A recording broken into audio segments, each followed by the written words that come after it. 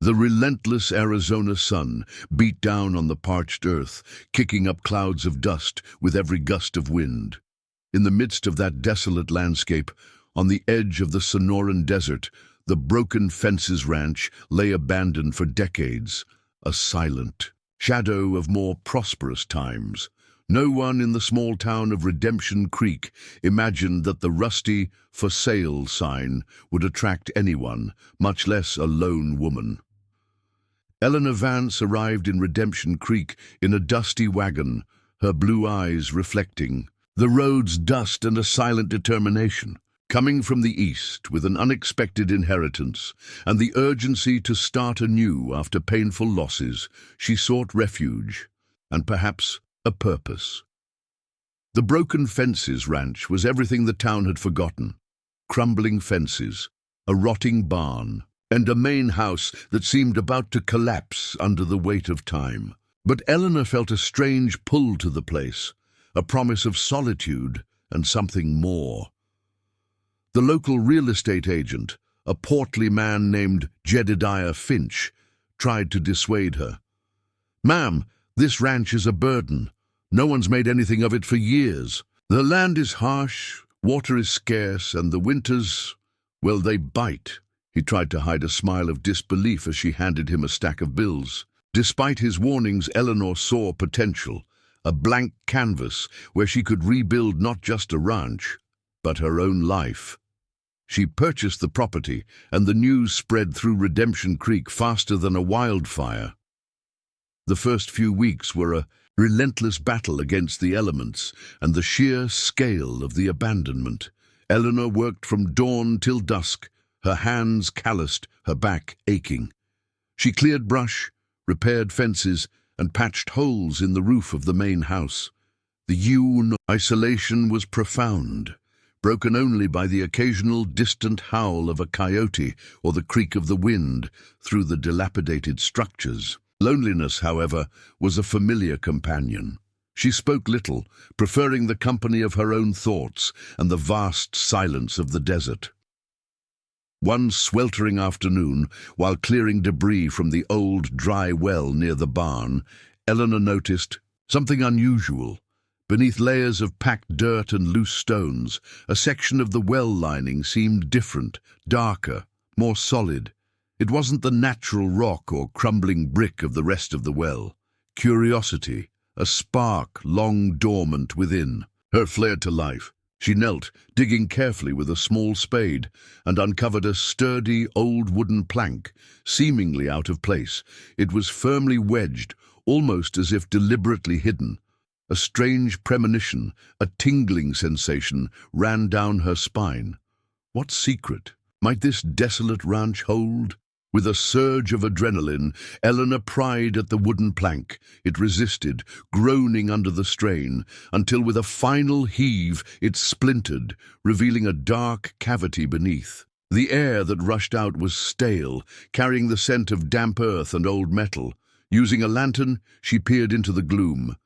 What she saw sent a jolt through her. A small, sturdy wooden box, clearly man-made and deliberately concealed.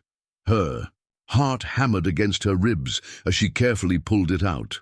The box was heavy, bound with rusted iron bands. There was no lock, only a simple, sliding lid.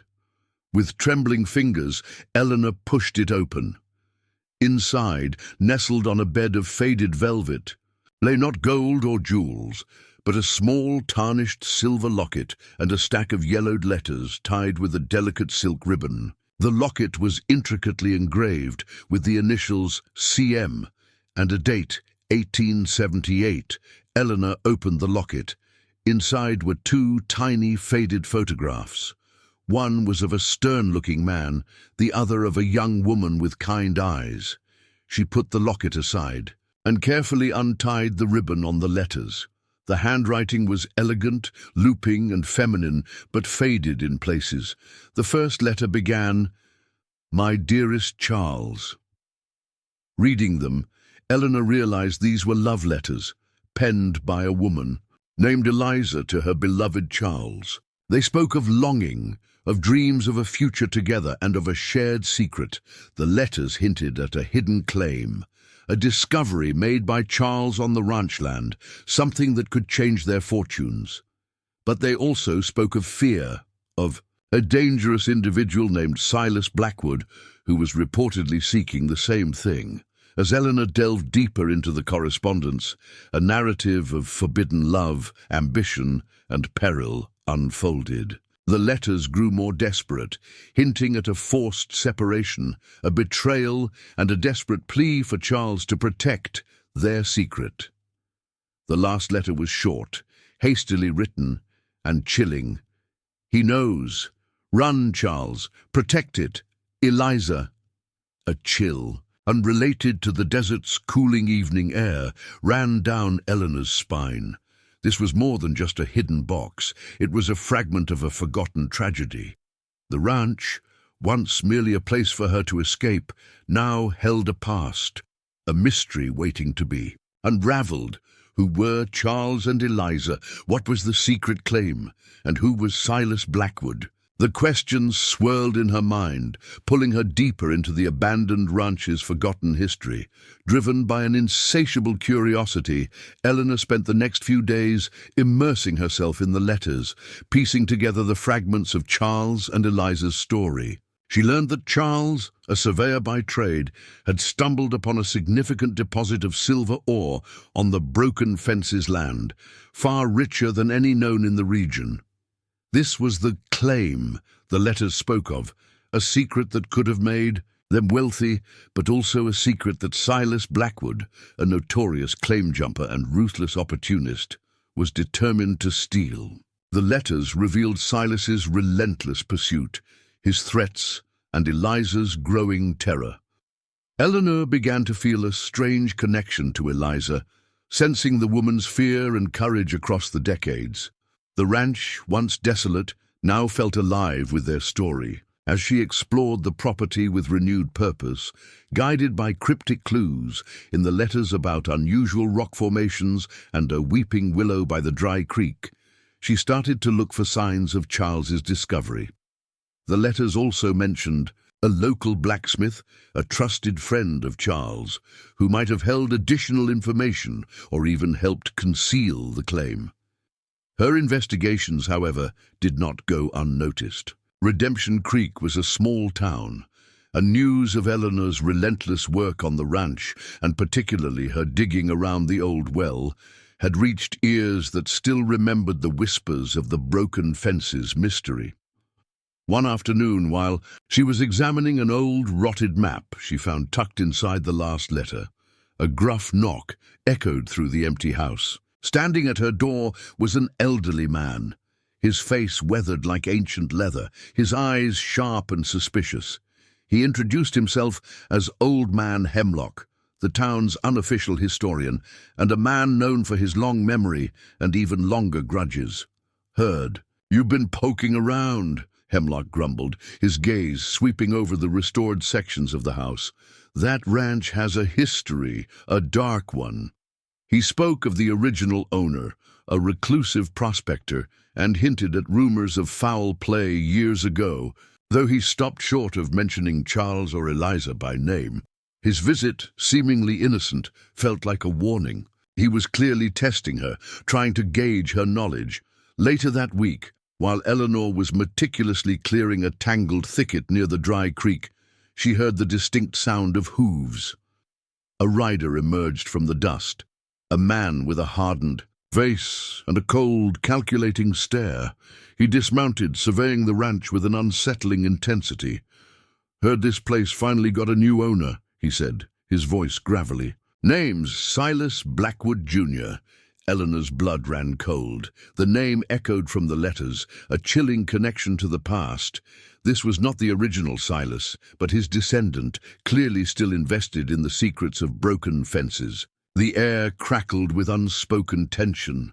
The past, Eleanor realized, was not buried.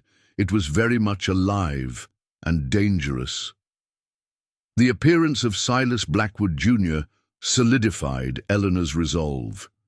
She knew she was on the right track, and whatever treasure Charles had found, The Blackwood family still wanted it. She intensified her search, using the clues from Eliza's letters and the cryptic remarks from Old Man Hemlock. The mention of the blacksmith resonated. She decided to visit the local smithy, now run by a young man named Caleb. Caleb, a quiet but insightful man, was the grandson of the very blacksmith Eliza had mentioned.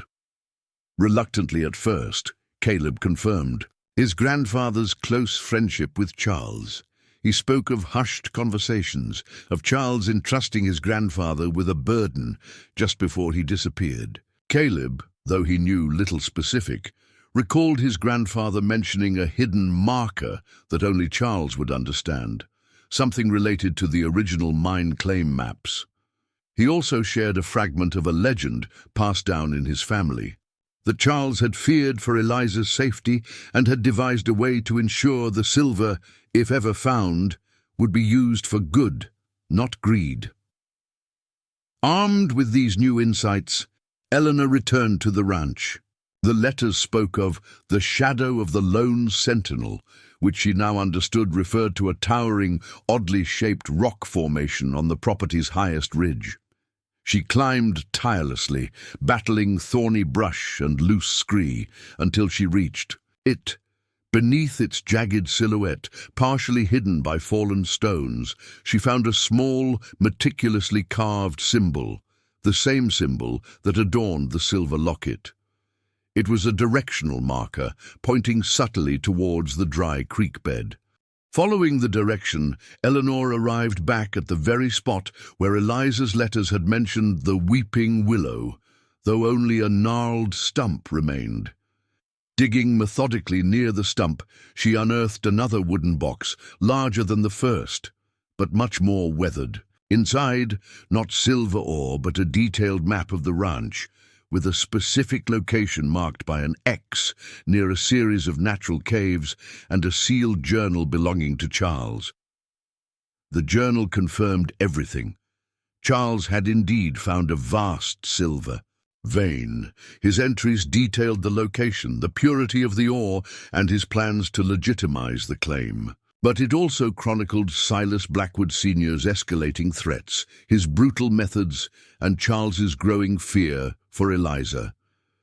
The final entries were a desperate testament to his love for Eliza and his determination to hide the claim, fearing Silas would murder him and exploit it. He had created the locket and the letters as a trail of breadcrumbs, hoping someone, perhaps Eliza, would one day find it and claim what was rightfully theirs, or at least prevent Silas from taking it.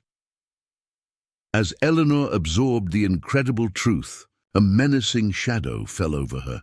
Silas Blackwood Jr. stood there, his eyes glinting with a dangerous triumph. He had been watching her, waiting. "So you found it," he sneered, a pistol slowly emerging from his holster. "My family has waited a long time for this. Now hand it over." The tension in the air was thick, a palpable threat. Eleanor clutched the map and journal to her chest, her heart pounding. "This isn't yours, Silas," she said, her voice steady despite her fear. "This belongs to Charles and Eliza. They suffered because of your family's greed." Silas Blackwood Jr. scoffed, advancing slowly. "Suffering makes no claim on wealth. My grandfather knew what was here. He just couldn't find it. Now, you will give it to me, or you'll join the others who disappeared on this land." Just as Silas took another step, a shot rang out, sending a cloud of dust near his feet. Old Man Hemlock stood on a nearby rise, a rifle in his trembling hands. "That's far enough, Blackwood," he yelled, his voice surprisingly strong. "This land has seen enough bloodshed." Silas hesitated, momentarily stunned. The diversion gave Eleanor the precious seconds she needed. "Caleb!" she shouted, remembering their conversation. "The caves!" Caleb, who had been alerted by Hemlock and had been following the commotion, appeared, rushing forward with a length of rope. He understood instantly. While Eleanor pointed to the entrance of a hidden cave system indicated on the map, Caleb, with surprising agility, managed to secure a rope around a nearby sturdy rock formation.